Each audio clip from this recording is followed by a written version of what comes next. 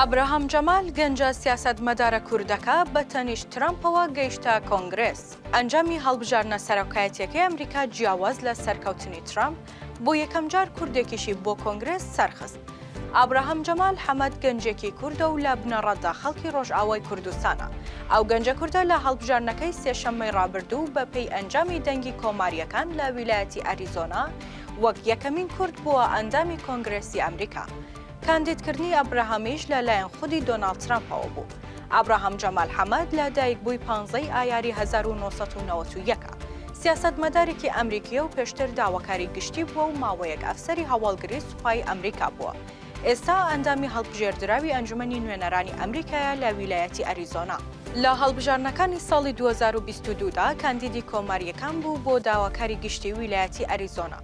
گەنجە کوردەکە لە شاری شیکاگۆی ویلایەتی ئیلینۆیس لە دایک بووە و دواتر ڕووی لە شاری فۆنیکس لە ویلایەتی ئەریزۆنا کردووە.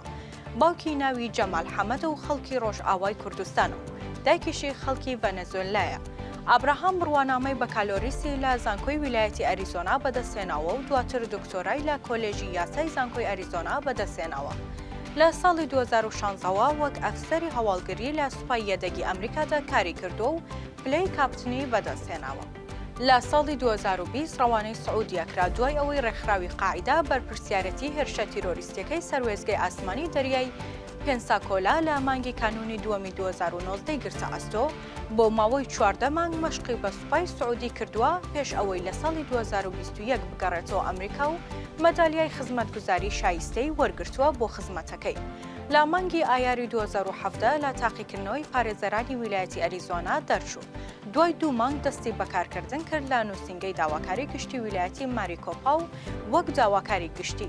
ئێستاش دەبێتە ئەندامی کۆنگرێس و یەکێک لە دیارترین گەنجە سیاسیەکانی ئەمریکا لەسەر پارتی کۆماریەکان کە چاوەڕوان دەکرێت گۆڕانکاری باش لە پرسی کورد لە نێوان ئەمریکا و ڕۆژئاوادا بێنێتە ئاراوە.